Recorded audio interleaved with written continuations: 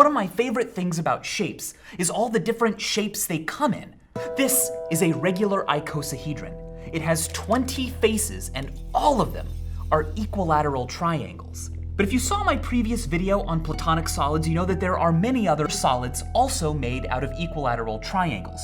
Another one is the tetrahedron. It has just 4 faces, but all of them are equilateral triangles. You can make one by making a net of 4 triangles like this, lifting a couple up, and then having them do a little bit of what I call the tetrahedral hug.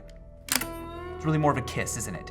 One more platonic solid is made of nothing but these beautiful 3-sided shapes. But it has a lot of them. We gotta have 8 for it. If I take this little llama, there's the llama. What sound do llamas make? Llama. If I take this llama and I fold together the 4 here in my right hand to form a square pyramid, and I make a square pyramid out of these 4 as well, I can join both of these pyramids base to base into an octahedron.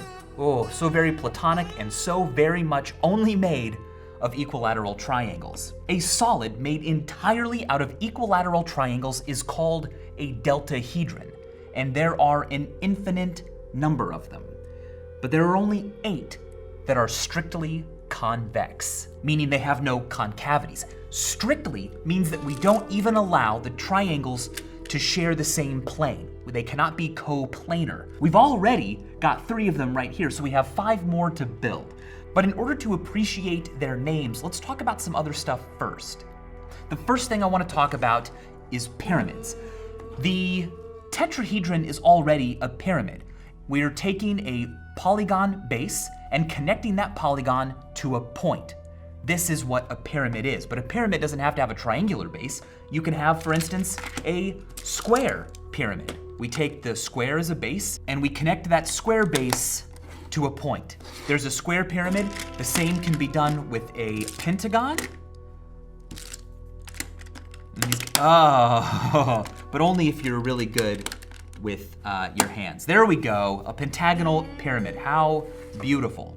Now, another thing that we can do is connect a polygon to not a point, but another polygon just like it that has simply been translated away, but not rotated. If we do that, what we are making is called a prism. I'll connect these 2 squares with other squares, and I will make actually a very special kind of square prism, a cube. A cube. You can make a prism out of anything.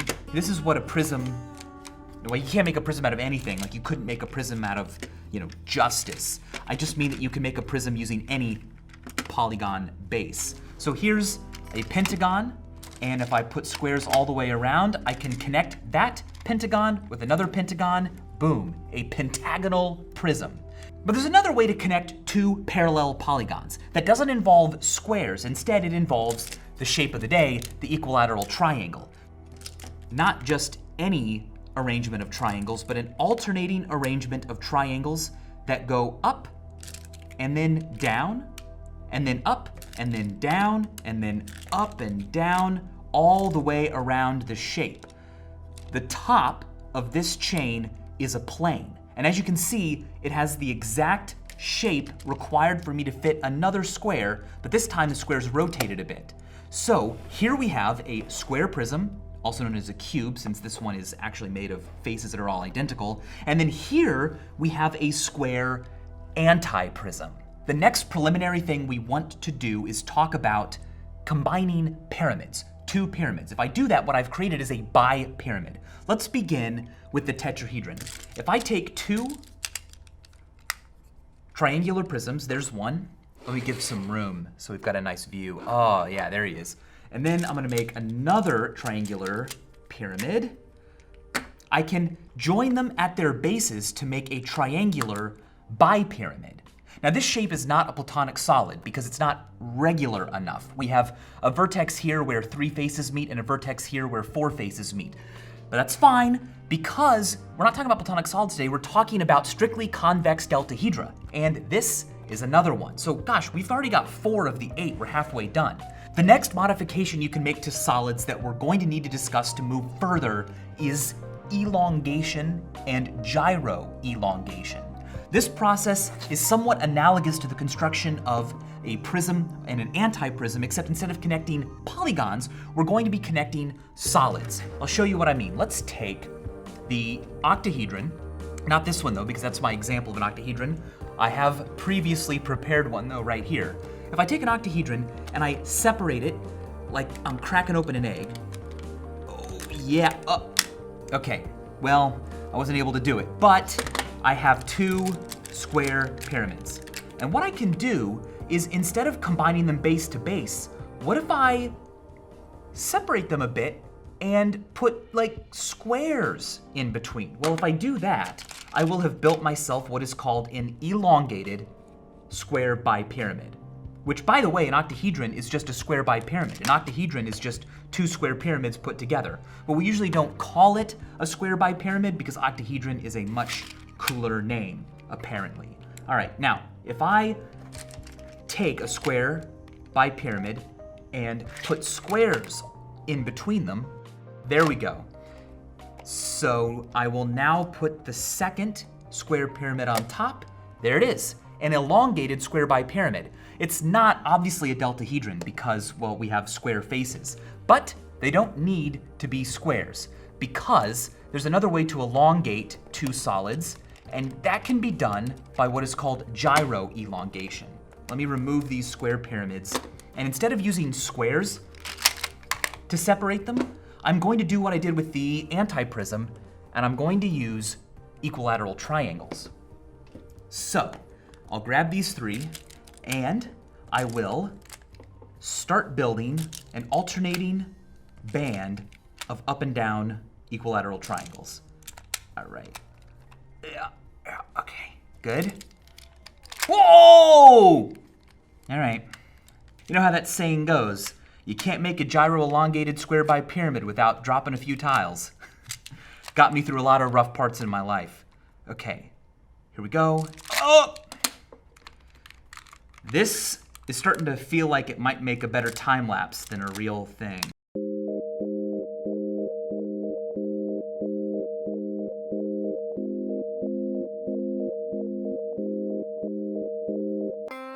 We've got it.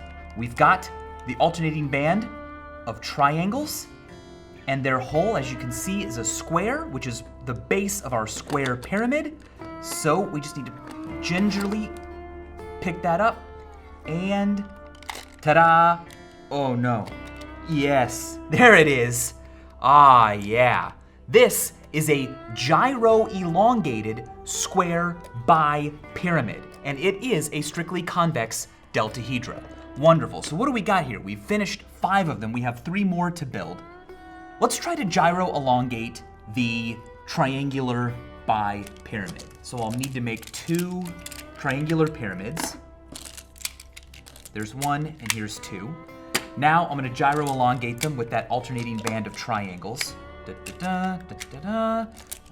is a lot easier than gyro elongating a square pyramid. All right, here we go. Nice, nice, not nice. This is not strictly convex. Notice that we have 2 triangles that are coplanar. This, my friends, is a rhombohedron. It's a cube, except that the faces of this cube are not squares, they're rhombuses. So, it's gotta die. All right, so we can't gyro elongate the triangular bipyramid and get a deltahedron. The other kind of pyramid that we can make besides the square pyramid or the triangular pyramid is a pentagonal pyramid. There we go. That's the pentagonal pyramid. I built it earlier and I actually put a pentagon base on there. But what we want to do now is gyro elongate the, actually, why gyro elongate it when we can just make it a bipyramid? Yeah, let's do that one first. Okay, let's see here. So if I take 2 pentagonal pyramids and put them together, I have a pentagonal bipyramid. This 10-sided shape is just a beaut, and it is a strictly convex deltahedra. So I'll put it like, I want to make sure it's still in the frame. Beautiful. Now, gyro-elongating the pentagonal bipyramid is not a task for the faint of heart. But if you do that, you wind up with an icosahedron. Look at that. If you look closely, you can see that I have a pentagonal pyramid right here, and I have one here on the other side. And separating them, I have an alternating band of equilateral triangles. So folks, if you want to be really cool, you can call the icosahedron a gyro-elongated pentagonal bipyramid. But you probably don't, because it's a real mouthful to say. So we've got now 1, 2, 3, 4, 5, 6 strictly convex deltahedra. We've got 2 more to make. And I think the next thing we should do is that we should start talking about yet another geometric thing that you can do to solids to make new solids that I hadn't discussed previously, and it's called augmenting. Now, if you augment a shape, you replace one of its faces with a solid. So we'll take 2 triangles. This is the first one as the base, and I'm gonna connect it up to another triangle. There it is, a triangular prism. But I can augment it and get rid of these square faces and replace them with equilateral triangles. As you can see, I've built 3 square pyramids, and I'm gonna replace the square faces on this prism with these square pyramids. That's the way to do it. Now, let's augment this face. Just remove the square. We don't want you. We're trying to make deltahedra here. And there we go. Lift this one up and throw it right there.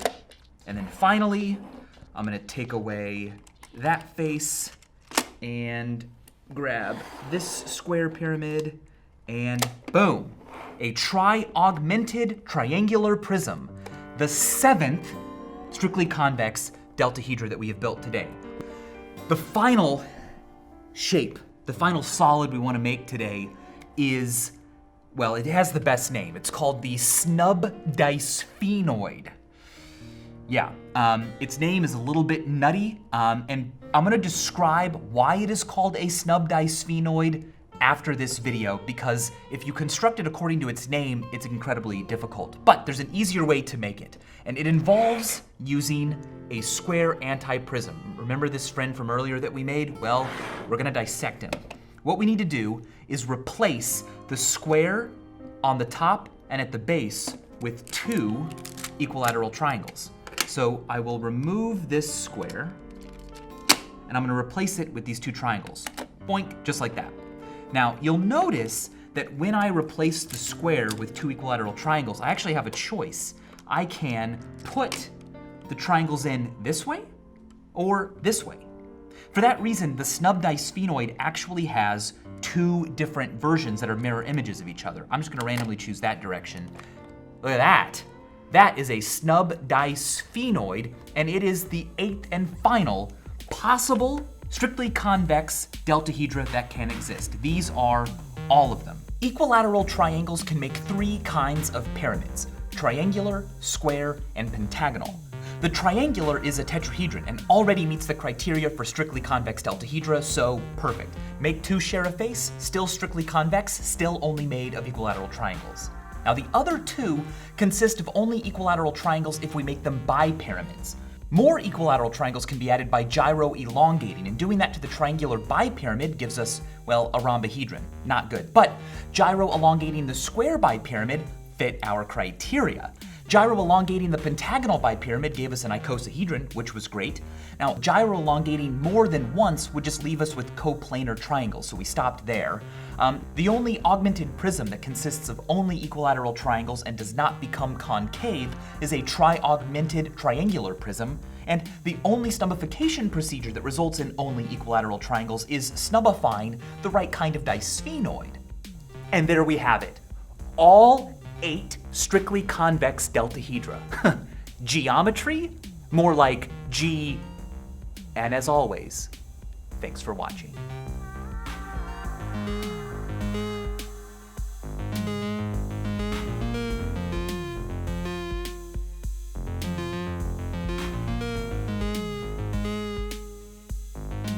Okay, so now that we know how to construct all 8 strictly convex deltahedra, and we know why almost all of them have the names that they have, let's revisit the Snub Disphenoid, whose name we didn't really break into. First of all, disphenoid. Disphenoid means wedge shape. Funny enough, the tetrahedron is a disphenoid, but it's usually not called that. The regular tetrahedron, that is. It's just called, you know, a regular tetrahedron. But let me do this. Let me break apart a tetrahedron into a net, like this. Oops. There we go. Okay? And now let's build this same net, but not using equilateral triangles. Let's use isosceles triangles. So the one in the middle points down, and we put 2 on the side. I'm gonna not use the one that disappears into the table. There, and there we go. Now, if I fold the triangles up, I can make a tetrahedron. This will also be a tetrahedron, but it will not be a regular one. But both of them are called disphenoids because, well, in this case, you can really see why it's called disphenoid. It definitely looks like a wedge. Wedge, right? But when you snubbify a shape, you're doing a very, very interesting maneuver. But before we can talk about snubbifying, we have to talk about expansion. Okay, we'll begin with what I think is an easier way to visualize the procedure. We're gonna begin with a cube. So let me find enough squares to make, there's already a cube over here. Okay, so here's a cube. Now, when you expand something geometrically, you take each of its sides or faces and you move them perpendicular to themselves away from the center. So if we think of these 2 sides, these 2 faces of the cube, as being represented by these squares. Oh, those magnets are quite doing what magnets do. Okay, they expand, no. Okay, the faces can expand out like this. If you imagine all 6 faces expanding out, then you've got yourself an expanded cube, but we're not quite done because we want to fill in the gaps. And what we can do is fill those gaps in with a rectangle. But if we put them just the right distance apart, the squares can be, shoot! Did you bring me a, I think I have enough squares. I think I got enough. If we expand these faces just far enough away, they can be connected with another square, okay? Perfect. Now, let's take a look at this, whoa. Let's take a look at this front face on the cube. If we expand that away, just the right amount, we can connect it to the top face with a square. Now, in between, we have a gap that can be perfectly filled with an equilateral triangle. And down here with another square. Oh, come on. Oh, yep, there we go. Come together. Oh, yeah. All right, wonderful. So, if I turn this around, you might be able to see more clearly what I've done. I've got 3 squares that represent the original faces of the cube. This one, and this one. They've expanded away from the center, and I've filled in their gaps with squares and triangles. If I do this with one more face, it can actually become quite stable, and then I don't have to keep holding it. So, I'll build this, I'll put an equilateral triangle right there, and I'll put a square right there. Whew, now I don't have to hold it. Okay, cool. So now we have this beautiful shape. If I put the cube inside, you can see what that expansion has done. I've taken the top of the cube and expanded it up to here. The sides are these 2, and the back is back here, and I filled in the gaps. So that's expansion. But there's another way to fill in the gaps that uses not squares, but equilateral triangles. And it's gonna look something like this. I'll take 2 squares. I'm running low on squares. Could you bring me a big stack of squares? You guys think I'm obsessed with shapes. Well, just you wait. All right, so we got lots more isosceles triangles. We got lots more of the big squares I don't want. Here we go. Here's some squares. Cool. So, let's snubbify this cube. what we make by snubbifying it is called a snub cube. Got these faces. I'm going to expand them out. But instead of expanding them and connecting them with another square, like that, I'm instead, oh goodness, I'm going to connect them with two equilateral triangles. So the face that I've expanded out like this, I'll put a triangle on top of, okay?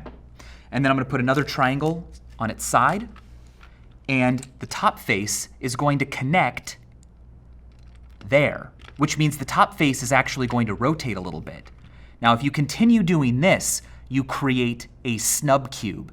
And I'm not gonna have the dexterity to do this in real life, but here's a fantastic animation of it happening. Ooh, look at that snubbification.